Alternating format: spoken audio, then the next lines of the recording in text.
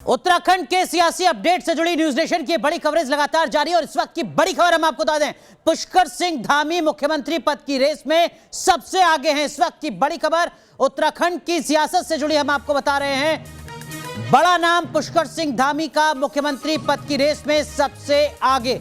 ऊधम सिंह नगर की खटीमा सीट से विधायक हैं, लगातार सक्रिय रहे हैं। न्यूज नेशन से पुष्कर सिंह धामी ने खास बात की है, उन्होंने कहा है कि जो आला कमान फैसला करेगा वो हर किसी को मंजूर होगा।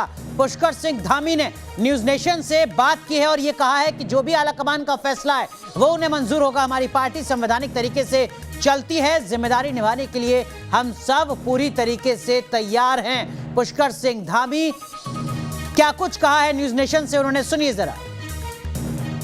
खटीमा से विधायक पुष्कर धामी मेरे साथ हैं। औपचारिक ऐलान बाकी है, लेकिन पुष्कर धामी को लगभग अगले सीएम की तरह हम देख रहे हैं। सर देखिए, ऐसा है कि अभी पार्टी हाईकमान जिसके नाम पर भी मोहर लगाएगा। हमारे विधायक दल की बैठक होने वाली है। हमारे यहाँ बड़ी संवैधानिक व्यवस्था है। जिस कार्यकर्ता को भी जिम्मेदारी दी जाएगी, विधायकों में से या सांसदों में से या पार्टी के अन्य कार्यकर्ताओं को, सारे के सारे जो है तैयार हैं और पूरी पार्टी एक होकर काम करेगी। सर, युवा को कमान देने जा रही है पार्टी, मास्टर स्ट्रोक है, यूथ में आपका नाम है। ये हमारी पार्टी का हाईकमान तय करेगा। पुष्कर सिंह धामी अभी इस बात को नहीं मान रहे हैं, लेकिन ये साफ है कि बस औपचारिक ऐलान बाकी है और पुष्कर धामी प्रदेश के नए मुख्यमंत्री होंगे। ये लगभग चीजें तय हो चुकी हैं और थोड़ी ही देर में जब विधानमंडल दल की बैठक होगी तो उसमें यह साफ हो जाएगा कि नए मुख्यमंत्री के तौर पर पुष्कर धामी का नाम का प्रस्ताव आएगा और सभी विधायक उस प्रस्ताव को पारित करते हुए आपको नजर आएंगे। वीडियो जर्नलिस्ट सोनी कुमार के साथ सुरेंद्र डसीला, न्यूज नेशन, देहरादून। तो हमारे सहयोगी सुरेंद्र डसीला की आपने रिपोर्ट देखी, उन्होंने बात की है पुष्कर सिंह धामी से। पुष्कर सिंह धामी कह रहे हैं कि जो भी आला कमान का फैसला होगा वो उन्हें मंजूर होगा, लेकिन जैसा हमारे सहयोगी सुरेंद्र डसीला बता रहे हैं, ये लगभग तय हो चुका है कि पुष्कर सिंह धामी ही उत्तराखंड के अगले मुख्यमंत्री बनने जा रहे हैं। भारतीय जनता पार्टी के स्तर पर, संगठन के स्तर पर उनके नाम पर मोहर लग चुकी है, सिर्फ औपचारिक ऐलान होना बाकी है। इस वक्त की बड़ी खबर उत्तराखंड की सियासी हलचल से जुड़ी। पुष्कर सिंह धामी 2 बार के विधायक हैं, खटीमा से विधायक बनकर आते हैं। छात्र नेता के तौर पर लंबा संघर्ष किया है, अखिल भारतीय विद्यार्थी परिषद के सदस्य के तौर पर, कार्यकर्ता के तौर पर लंबा मूवमेंट उत्तराखंड में उन्होंने छोड़ा है, जिसके चलते आरक्षण आंदोलन की शक्ल में उनका पूरा वो आंदोलन, पूरी मुहिम नजर आई है। और अब वही पुष्कर सिंह धामी उत्तराखंड के अगले मुख्यमंत्री हो सकते हैं। इस तरीके की जानकारी, इस तरीके की खबर इस वक्त आ रही है उत्तराखंड से, उत्तराखंड की सियासी हलचल से। कुछ ही देर में औपचारिक ऐलान होना है, 3 बजे का वक्त जब विधायक दल की बैठक होगी। 3 बज चुके हैं, यानी विधायक दल की बैठक वहां शुरू हो रही है और इसी के साथ उसी बैठक में यह फैसला लिया जाएगा औपचारिक तौर पर कि उत्तराखंड का अगला मुख्यमंत्री कौन रहने जा रहा है। और जैसी खबर इस वक्त न्यूज नेशन आपको दिखा रहा है, पुष्कर सिंह धामी जिन्होंने कहा है कि वो जिम्मेदारी निभाने के लिए तैयार हैं, बाकी नेता भी तैयार हैं, लेकिन पुष्कर सिंह धामी के बारे में जानकारी ये मिल रही है कि वो तमाम बीजेपी के उत्तराखंड के जो बड़े नेता हैं उनसे आशीर्वाद ले चुके हैं, यानी सीधा मतलब ये कि उनके नाम पर मोहर लग चुकी है, सिर्फ औपचारिक ऐलान होना बाकी है। न्यूज नेशन ने एक्सक्लूसिव बात की है पुष्कर सिंह धामी से। पुष्कर सिंह धामी ने कहा है कि जो भी संगठन उन्हें जिम्मेदारी सौंपेगा उस जिम्मेदारी को निभाने के लिए वो पूरी तरीके से तैयार हैं। आला कमान फैसला करेगा और लगातार जो खबर हम आपको बता रहे हैं उसका सीधा मतलब ये कि पुष्कर सिंह धामी के नाम पर मोहर लग चुकी है। 2 वरिष्ठ पत्रकार हमारे साथ जुड़ चुके हैं। उमाकांत लखेड़ा साहब उत्तराखंड से ही आते हैं, उत्तराखंड की सियासत को लगातार कवर करते रहे। हमारे साथ वरिष्ठ पत्रकार राहुल देव जी हैं, वो हमारे साथ जुड़ चुके हैं। हमारे साथ कांग्रेस पार्टी की प्रवक्ता राधिका खेड़ा जी भी जुड़ चुकी हैं। लेकिन सबसे पहला सवाल उमाकांत सर आपसे, पुष्कर सिंह धामी के नाम पर मोहर और इसका क्या कुछ मतलब आने वाले विधानसभा चुनाव के लिहाज से? देखिए, अभी जो भारतीय जनता पार्टी ने 5 साल पहले, मतलब 4.5 साल पहले जो दांव खेला था, वो गढ़वाल के त्रिवेंद्र सिंह रावत गढ़वाल लोकसभा सीट पे आते हैं, एक ही ज़िले के। उसी ज़िले के तीरथ सिंह रावत भी आते हैं, उसी ज़िले के रमेश निशंक पोखरियाल भी आते हैं, उसी ज़िले के जनक खंडूड़ी भी आते हैं। तो ये पौड़ी में जो धमा चौकड़ी राजनीति की हो रही थी, इसको शिफ्ट किया गया यहाँ से, और इसको यहाँ से शिफ्ट करके कुमाऊं क्षेत्र में शिफ्ट किया गया। और वहाँ पर भगत सिंह कोश्यारी के बाद कोई मुख्यमंत्री नहीं था भारतीय जनता पार्टी का, और कई नाम चले। प्रकाश पंत पहले वरिष्ठ मंत्री थे, वो उन्होंने दिवंगत हो गए पिछले साल। तो ऐसी स्थिति में एक नया चेहरा उतारा है भारतीय जनता पार्टी ने। इस एक किस्म से उनकी जो बीजेपी की जो उत्तराखंड की पॉलिटिक्स में एक संतुलन बनाने का भी प्रयास है, क्योंकि एक भावनात्मक रूप में ऐसा माना जाता है कि देखिए कुमाऊं में भी भारतीय जनता पार्टी के अच्छे खासी संख्या में विधायक हैं, तो ऐसा एक जनभावना है। और दूसरी बात यह है कि हरीश रावत जो कांग्रेस के बड़े ताकतवर नेता हैं वो भी कुमाऊं से आते हैं। बिल्कुल। तो ऐसी स्थिति में उसका मुकाबला करने के लिए एक बैलेंस फिगर करने के लिए, और राजपूत जो फिगर है पुष्कर सिंह धामी, तो वो जातीय समीकरण में भी वो काउंटर करेंगे हरीश रावत। जातीय समीकरण के साथ साथ क्षेत्रीय समीकरण भी। राहुल देव सर, जो बात उमाकांत जी कह रहे हैं आप इत्तेफाक रखते हैं, कास्ट फैक्टर के साथ साथ रीजन फैक्टर भी, अब सिर्फ गढ़वाल नहीं कुमाऊं को भी एड्रेस किया जा रहा है विधानसभा चुनाव से पहले। देखिए, उमाकांत तो पहले ही उत्तराखंड की राजनीति को लेकर मेरे गुरु हैं, मतलब मित्र हैं वैसे तो, लेकिन उनकी जानकारी सही है तो मैं पुष्टि करता हूँ, वो ठीक कह रहे हैं। कल भी हम लोग बात कर रहे थे इस पर कि कल की बात ये थी कि अनिल बलूनी का नाम जब बहुत चल रहा था, तो ये था कि क्या विधायकों में से किसी को लिया जाएगा या केंद्र से की ओर से कोई नाम भेजा जाएगा। तो लग रहा है कि केंद्र ने यही तय किया, बीजेपी ने, कि विधायक दल में से ही किसी को उसका नेता चुना जाए, क्योंकि लोकतांत्रिक परंपरा भी यही कहती है और शायद प्रदेश के विधायकों और लोगों के लिए भी वो ज़्यादा अच्छा होता है। ये भी एक बहुत युवा चेहरा सामने आया है, हालांकि जब तक पुष्टि ना हो जाए तब तक इसको पक्का मानना बिल्कुल, लेकिन सर लगभग तय माना जा रहा है कि उनके नाम पर आलाकमान मोहर लगा चुका है। कुछ ही मिनटों का इंतजार है, औपचारिक ऐलान भी होगा। हमारे साथ अनिला सिंह जी भी जुड़ चुकी हैं, राहुल देव सर, और राधिका खेरा भी है। राधिका जी, एक विपक्ष के तौर पर पहले आप उत्तराखंड के नए मुख्यमंत्री को शुभकामनाएं देंगी उनकी नई जिम्मेदारी के लिए, चुनौती के लिए, या आलोचना से शुरुआत करेंगे अपने बयान की? राधिका खेड़ा। देखिए, उत्तराखंड की देवभूमि देश की संस्कृति और संस्कार की द्योतक है। उत्तराखंड की देवभूमि ने देश को हमेशा अध्यात्म, संस्कार, संस्कृति, प्रगति और विकास का पाठ पढ़ाया है। लेकिन पिछले 4.5 साल में हम क्या देखते आ रहे हैं? जिस प्रकार से सत्ता का बंदरबाट हुआ है, जिस प्रकार से मंत्री और मुख्यमंत्री बार बार यहाँ पे बदले गए, उसमें तो एक बात बिल्कुल साफ है कि यहाँ पे सिर्फ सत्ता की मलाई खाने के लिए भाजपा आई है और हर वो कोशिश करेगी। और हमने ये भी देखा है किस प्रकार से बार बार यहाँ पे एक के बाद एक स्कैम हुए हैं, पैसा बटोरने के लिए स्कैम हुए हैं। इनके मंत्रियों, मुख्यमंत्रियों को इस बात से इस्तीफा देना पड़ रहा है, वरना करीबन 4.5 साल में 3 मुख्यमंत्री का बदलना ये बिल्कुल साफ दिखाई देता है। राधिका जी, आपने नए मुख्यमंत्री को शुभकामनाएं नहीं दी, लोकतंत्र में विपक्ष के तौर पर किस चीज की शुभकामनाएं दे कि आप आइए, आपको भी मौका मिल रहा है कि बंटाधार बिठाइए उत्तराखंड का, कि आइए आप भी यहाँ पे लूट मचाइए। एक तो जाके पीपीई किट का घोटाला करे थे, फिर हमने देखा किस तरीके से टेस्टिंग का घोटाला हुआ है।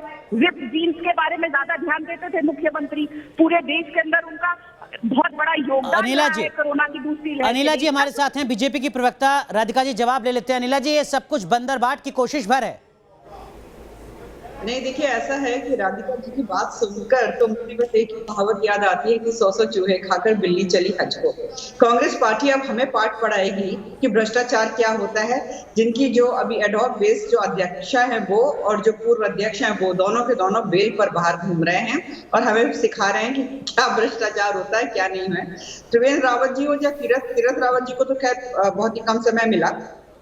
सीधी सी बात है, जाने जाते हैं अपने काम के लिए, भ्रष्टाचार मुक्त कार्य के लिए जाने जाते हैं। और कांग्रेस के तो खुद के किस प्रकार से चीफ मिनिस्टर्स वहां बदलते रहे हैं, तो उसका हमें पाठ ना पढ़ाए, पूरा उत्तराखंड जानता है, देश जानता है। देखिए, ऐसा है कि मजबूरी रही है। अभी जो नए मुख्यमंत्री का हमें चयन करना पड़ रहा है, ये भारतीय जनता पार्टी की मजबूरी रही है, क्योंकि अगर इलेक्शन कमीशन चुनाव नहीं करा रहे हैं तो उस पर भारतीय जनता पार्टी क्या करे? इलेक्शन कमीशन तो हमारे अनुसार नहीं चलेगा। और जिस प्रकार से कोरोना के हालात चल रहे हैं, पूरा देश देख रहा है, कोरोना से लड़ाई लड़ी जा रही है। तो अब तो इलेक्शन कमीशन तय करता है ना कि भाई चुनाव लड़ना है कि नहीं। राधिका खेड़ा, आप कुछ कहना चाह रही हैं? अपनी बात कहिए, फिर मैं राहुल सर का रुख करता हूँ। राधिका खेड़ा।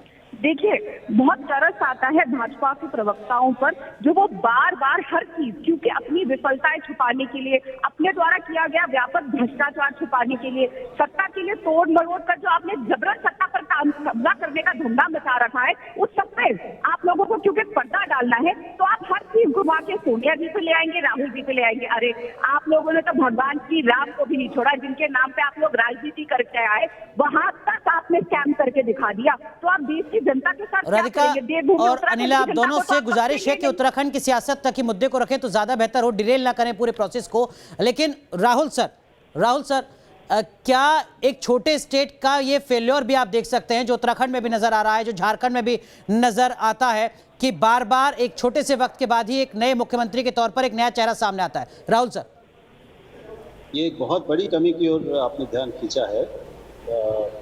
ये किसी के लिए अच्छा हो या ना हो, जो ये लोग हैं जो अब मुख्यमंत्री, आगामी मुख्यमंत्री या पूर्व मुख्यमंत्री हैं, उनके लिए अच्छा हो सकता है, लेकिन ना तो ये किसी पार्टी के लिए अच्छा है, ना प्रदेश के लिए अच्छा है। और सबसे ज्यादा जो नुकसान होता है वो प्रदेश को, उसकी जनता को होता है जी। और ये हम शुरू से देख रहे हैं कि एकाध अपवादों को छोड़कर जो नए राज्य बने हैं उनमें अभी राजनीतिक, प्रशासनिक और इसके कारण नीतियों की स्थिरता नहीं आ पाई है। ये एक बहुत बड़ी समस्या है और इसका बहुत ज्यादा गहरा और दूरगामी प्रभाव पूरे प्रदेश के भविष्य पर पड़ता है। बिल्कुल इसका असर अच्छा नहीं पड़ता किसी भी राज्य के लिए। हालांकि छत्तीसगढ़ एक अपवाद है इस लिहाज से कि कम से कम चेहरे का स्थायित्व वहां पर बना रहा है। हमारे सहयोगी सुरेंद्र डसीला हमारे साथ बने हुए हैं। सुरेंद्र, इस वक्त की क्या कुछ अपडेट आपके पास? देखिए, अंदर विधानमंडल दल की बैठक चल रही है और लगभग जो नाम तय है वो पुष्कर धामी का नाम तय है। वो अगले राज्य के मुख्यमंत्री होने जा रहे हैं। थोड़ी देर में इसका औपचारिक ऐलान हो जाएगा। पीछे की ओर अगर आपको दिखाऊं तो आप देखिए, ये भाजपा कार्यालय है जहां विधायक अंदर जा चुके हैं। अभी जो विधानमंडल दल की बैठक है वो लगभग शुरू हो चुकी है और उसमें थोड़ी देर में औपचारिक ऐलान हो जाएगा। पुष्कर सिंह धामी, हम लगातार बता रहे हैं, एक्सक्लूसिव बता रहा है न्यूज़ नेशन, पुष्कर सिंह धामी राज्य के नए मुख्यमंत्री होंगे। इसलिए होंगे क्योंकि कुमाऊं कनेक्शन है, क्षेत्रीय और जातीय संतुलन की हम बात कह रहे थे। यूथ हैं, जो नाराजगी थी संगठन को लेकर, जो सरकार को लेकर नाराजगी थी, उस नाराजगी को दूर करने के लिए बीजेपी का एक मास्टर स्ट्रोक है। हालांकि ये कितना कामयाब होगा ये विधानसभा चुनाव बताएंगे। एक बार फिर रुख करते उत्तराखंड की सियासत का, जहां लगातार महत्वपूर्ण बैठक चल रही है और कुछ ही मिनटों के बाद उत्तराखंड के नए मुख्यमंत्री के नाम का ऐलान हो सकता है। लेकिन सूत्रों के हवाले से इस वक्त की बड़ी खबर, ऊधम सिंह नगर की खटीमा सीट से विधायक पुष्कर सिंह धामी उत्तराखंड के अगले मुख्यमंत्री हो सकते हैं, जिन्होंने न्यूज़ नेशन से बातचीत में कहा है कि जो भी आलाकमान का फैसला होगा वो उन्हें मंजूर होगा। पार्टी संवैधानिक तरीके से चलती है, जिम्मेदारी निभाने के लिए हम पूरी तरीके से तैयार हैं। एक खास पैनल हमारे साथ लगातार बना हुआ है। हमारे साथ वरिष्ठ पत्रकार उमाकांत लखेड़ा साहब हैं, हमारे साथ वरिष्ठ पत्रकार राहुल देव सर, हमारे साथ कांग्रेस और भारतीय जनता पार्टी की प्रवक्ता राधिका खेड़ा और अनिला सिंह जी हैं। ग्राउंड जीरो से देहरादून से मेरे सहयोगी सुरेंद्र डसीला हमारे साथ बने हुए हैं, जिन्होंने कुछ ही देर पहले पुष्कर सिंह धामी से बात की है, जिसमें पुष्कर सिंह धामी ने कहा है कि जो भी आलाकमान का फैसला है वो उन्हें पूरी तरीके से मंजूर है। सीधा रुख करते हैं उमाकांत सर, आपसे समझना चाहूंगा जो बात राहुल देव सर भी कह रहे थे और जो बात हमारे सुरेंद्र डसीला ने बेहद अहम कही, जिसका जिक्र शुरुआत में आपने भी कहा, चुनाव से ठीक पहले पुष्कर सिंह धामी के नाम पर फैसला विधानसभा चुनाव के लिहाज से क्या बीजेपी को फायदा पहुंचाता नजर आता है? क्या वाकई युवा कनेक्ट हो पाएंगे? क्या वाकई एक अच्छे नेता को वाजिब सीट पर चुना गया है, इसका कुछ फायदा बीजेपी को हो पाएगा या बहुत देर हो चुकी है? देखिए, मैं एक बात बहुत साफ तौर पर बताना चाहता हूं कि उत्तराखंड में पिछले 2017 से जो विधानसभा का चुनाव हुआ तब से लेकर के अब तक दिन रात ये हवाएं उड़ती रही लगातार कि मुख्यमंत्री जो त्रिवेंद्र सिंह रावत हैं उनको बदला जाएगा। उनके खिलाफ विधायकों का विद्रोह था, उसको हाईकमान ने अनसुना किया। उसके बाद उन पर करप्शन के आरोप लगे, 25 लाख रिश्वत के आरोप लगे और जिसका सुप्रीम कोर्ट में मामला आने के बाद उनको हटाया हाईकमान ने बड़ी मुश्किल से। मेरा ये कहना है कि जो कुछ ये उत्तराखंड में भाजपा की जो चादर है इसमें कई सुराख है इसमें, और एक सुराख को आप बंद करेंगे दूसरा सुराख कहता है कि ये तो बहुत बड़ा सुराख है। तो सुराख इतने ज़्यादा है भाजपा की राजनीति में। और दूसरा महत्वपूर्ण पहलू ये है कि पहली बार उत्तराखंड बने 21 साल होने वाले हैं, पहली बार 4 चुनाव में पहली बार ये हुआ कि 2/3 से ज़्यादा बहुमत एक पार्टी को सरकार चलाने के लिए मिला। और ये अब तक ये कहा जाता था कि चूंकि यहाँ किसी पार्टी को बहुमत नहीं मिलता है इसलिए यहाँ स्थिर सरकारें नहीं बनती है। तो बीजेपी ऐसा लगता है कि उत्तराखंड में, और जो भी चेहरा उत्तराखंड में बीजेपी ने पिछले 20 साल से पेश किए हैं वो कोई उत्तराखंड के विधायकों से पेश नहीं किए हैं, चाहे वो जनरल कोश्यारी जी हों, चाहे वो नित्यानंद स्वामी रहे हों, चाहे वो जनरल खंडूड़ी रहे हों, चाहे वो त्रिवेंद्र सिंह रहे हों। पूरा जो प्यादे जो है दिल्ली से वहाँ बनाए गए हैं। और ये कांग्रेस के ज़माने में जब हम पढ़ते थे और इंदिरा गांधी का शासन हुआ करता था तो इंदिरा गांधी राज्यों में मुख्यमंत्रियों को बनाती थी, और फिर चाहे वो AR अंतुले रहे हों, चाहे उत्तर प्रदेश में हेमवती नंदन बहुगुणा रहे हों, या पंजाब में बाकी मुख्यमंत्री जैल सिंह से लेकर के दारा सिंह तक, जितने भी दरबार सिंह तक जितने भी मुख्यमंत्री थे, सबके बारे में कहा जाता था कि ये इंदिरा गांधी पहले मुख्यमंत्री के रूप में जी पौधे लगाती है और उसके बाद उखाड़ती है। सर, लेकिन आपने कहा कि संगठन के स्तर पर सुराग कहीं ज्यादा है उत्तराखंड में। इस सुराग का मतलब क्या है? उत्तराखंड में बीजेपी की लीडरशिप बहुत बड़ी है, नेता बहुत ज्यादा हैं, या कुछ नेता ऐसे हैं जिनकी बार्गेनिंग पावर बहुत ज्यादा है, वो अपने हिसाब से तय करते हैं कि उत्तराखंड का सियासी भविष्य क्या होगा? जी जी नहीं, ये सवाल आपने मेरे को पूछा। जी जी उमाकांत सर। हाँ। जी आप जरा दोबारा रिपीट करेंगे सवाल को? क्या नेता ज्यादा हैं, उन नेताओं की बार्गेनिंग पावर ज्यादा है जिसके चलते उत्तराखंड में मुश्किलें बढ़ रही हैं बीजेपी की? देखिए वो तो देखिए राजनीति नेता तो देखिए जो कैडर बेस्ड पार्टियां नहीं है, मतलब थोड़ा बहुत बीजेपी का चरित्र है कि थोड़ा बहुत उसमें आरएसएस का प्रभाव है, थोड़ा बहुत एक कैडर वहाँ एक्टिव है। लेकिन सवाल ये है कि आप कांग्रेस को जिस तरह से हम लोग कहते थे कि सारी राजनीति में कांग्रेस के अंदर बहुत सारी बुराइयां हैं, जो अब तो कांग्रेस की बुराइयां उत्तराखंड के में कम हो गई हैं। आपने इतने मुख्यमंत्री, आप सुबह की तरह कमीज की तरह अपने मुख्यमंत्री बदल दिए। क्या आपको ये पता नहीं था कि जब तीरथ सिंह को आप जो है फर्स्ट वीक ऑफ मार्च में उठा के दिल्ली से आपने वहाँ वो जो कि मेंबर ऑफ पार्लियामेंट थे उनको आप उत्तराखंड ले गए थे, तो क्या आपको संविधान की जानकारी नहीं थी? आपके पास तो संविधान विशेषज्ञों की पूरी लाइन लगी है। आपको ये नहीं पता कि जो व्यक्ति मेंबर ऑफ पार्लियामेंट है, 1 साल के अंदर अगर 1 साल से कम कार्यकाल बचा हुआ है तो आपको मुख्यमंत्री चुन करके नहीं आ सकता। तो संवैधानिक अनिला जी जवाब है आपके पास, कहीं कैलकुलेशन में गड़बड़ हुई है बीजेपी की तरफ से? हाँ जी अनिला जी, इस बात को तो मानिए आप, फैसला गलत किया आपने? नहीं, बिल्कुल फैसला गलत नहीं किया। और जैसे कि मैंने कहा, क्यों हटाना पड़ा आपको? नहीं, तो अभी मैंने बताया ना कि भाई चाहे वो संविधान की बात करें, इलेक्शन कमीशन की बात करें, तो भारतीय जनता पार्टी तो बहुत ही डिसिप्लिन पार्टी है। जो कहा जाएगा वो किया जाएगा। यहाँ पर हम चैलेंज तो नहीं कर सकते ना तो हम इलेक्शन कमीशन को चैलेंज कर सकते हैं। बिहार में चुनाव हो, कौन अपील कर रहा था इसके लिए? पश्चिम बंगाल में चुनाव हो, कौन अपील कर रहा था इसके लिए? ये दलील तो नहीं हो सकती अनिला जी। आप मानिए कि हाँ कहीं फैसला लेने में कुछ जल्दबाजी हुई है, कहीं गलती हुई है। बात पूरी करने दीजिए मुझे, बात पूरी करने। देखिए, एक फर्क है बाकी राजनीतिक दलों में और भारतीय जनता पार्टी में। बिल्कुल समझ के मैं ये बोल रही हूँ और ये समझने वाली बात भी है, पर आपके व्यूअर्स भी समझेंगे इस चीज को।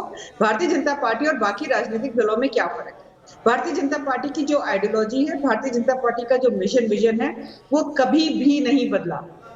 जो शुरू से था वही आज है। भारतीय जनता पार्टी चुनाव, जो कैंडिडेट है वो चुनाव नहीं लड़ता, भारतीय जनता पार्टी की आइडियोलॉजी चुनाव लड़ती है। और वो आइडियोलॉजी क्या है हम अच्छी तरीके से जानते हैं। अनिला जी, सवाल मैंने चेहरे को लेकर लिए गए फैसले पर पूछा है, अगर आप उसका जवाब दे तो बेहतर होगा। क्या आप मानती हैं कि हाँ नाम पर मोहर लगाने से पहले गलती हुई, तीरथ सिंह रावत के नाम पर फैसला ही नहीं करना चाहिए था, जैसा वरिष्ठ पत्रकार जो उत्तराखंड को लगातार कवर कर रहे हैं, संसद को कवर कर रहे हैं, उमाकांत लखेड़ा जी बता रहे हैं फैक्चुअली। राधिका जी, आता हूं मैं आपके पास। सुनिए, with all due respect to Umakant ji, वो जर्नलिस्ट है, बिल्कुल उनका एनालिसिस होगा। मैं भारतीय जनता पार्टी की प्रवक्ता हूं, तो साहब मुझे बात तो पूरी करने दीजिए। आप ये कह देंगे कि गलत फैसला हो गया और यहाँ बैठकर मैं मान जाऊंगी कि गलत फैसला हो गया है। और हमारे यहाँ आप देखिए कोई भी मुख्यमंत्री बन सकता है। अभी आप धामी साहब का नाम चला रहे हैं, उससे पहले क्या किसी ने सोचा था तीरथ सिंह बन जाएंगे, या उससे पहले किसी ने सोचा था त्रिवेंद्र सिंह जी बन जाएंगे? यह आइडियोलॉजी चुनाव लड़ती है, आइडियोलॉजी चुनाव जीतती है, आइडियोलॉजी मुख्यमंत्री और मंत्री बनते हैं। यहाँ व्यक्ति विशेष की पूजा नहीं होती है। यहाँ पर अगर अध्यक्ष गांधी परिवार से है तो गांधी परिवार की आइडियोलॉजी नहीं चलती है। आप अपनी बात कह रही हैं, राहुल देव सर मुस्कुरा रहे हैं। राहुल देव सर का मैं रुख करूंगा, लेकिन उससे पहले राधिका जी कुछ कहना चाह रही हैं। राधिका जी कहिए, फिर मुझे राहुल सर का रुख करना है। जी, अनिला जी ने कहा कि भाजपा जो कहती है वो करती है। बहुत अच्छी बात है, आप जो कहते हैं वो करते हैं। डबल इंजन की सरकार देने का मोदी जी ने वादा किया था, क्या मिला देवभूमि को? आपने जो डबल इंजन की सरकार देने का वादा किया था, उसी उत्तराखंड की देवभूमि को आपने सत्ता की लोलपुत्ता दी, राजनीतिक अस्थिरता दी, सत्ता की मलाई बांटने की होड़, रोज बदलते हुए मुख्यमंत्रियों की कुर्सियां। और ये किसकी विफलता है? ये विफलता सिर्फ और सिर्फ श्री नरेंद्र मोदी और इनके राष्ट्रीय अध्यक्ष जेपी नड्डा जी के नेतृत्व की विफलता है कि उनको बार बार मुख्यमंत्री बदलने। लेकिन राधिका जी, ऐसा नहीं कि कांग्रेस के वक्त ऐसा नहीं हुआ। हरीश रावत, विजय बहुगुणा, लंबी लिस्ट वहां पर भी है जितने वक्त आप सत्ता में रहे। सिर्फ नारायण दत्त तिवारी को छोड़ दें तो जिस तरीके की इनके पास वहां पे मेजोरिटी है, क्या उनको बार बार इतने मुख्यमंत्री बदलने की जरूरत पड़ रही है? किसका दबाव है? क्या गलतियां कर रहे हैं इनके मुख्यमंत्री? रीजन क्या है? और ये जो बार बार बोल देते हैं कि संवैधानिक कारणों से हमने किया, आपके पास तो बड़े बड़े लीगल आइज है, बड़े बड़े लीगल वल्चर्स एंड एक्सपर्ट्स है। क्या आपको किसी ने मोदी जी को बताया नहीं? किसी ने जेपी नड्डा साहब को बताया नहीं कि क्या होना चाहिए और कैसे होना चाहिए? ठीक है, नहीं, वो अपनी गलती नहीं मान रही है। वो कह रही है कि देखिए पार्टी फैसला करती है, मजबूरी हो सकती है अनिला जी की। राहुल देव सर से इस सवाल का जवाब मैं लूंगा। एक छोटा सा ब्रेक यहां पर ले रहे हैं। बड़ी कवरेज लगातार जारी है।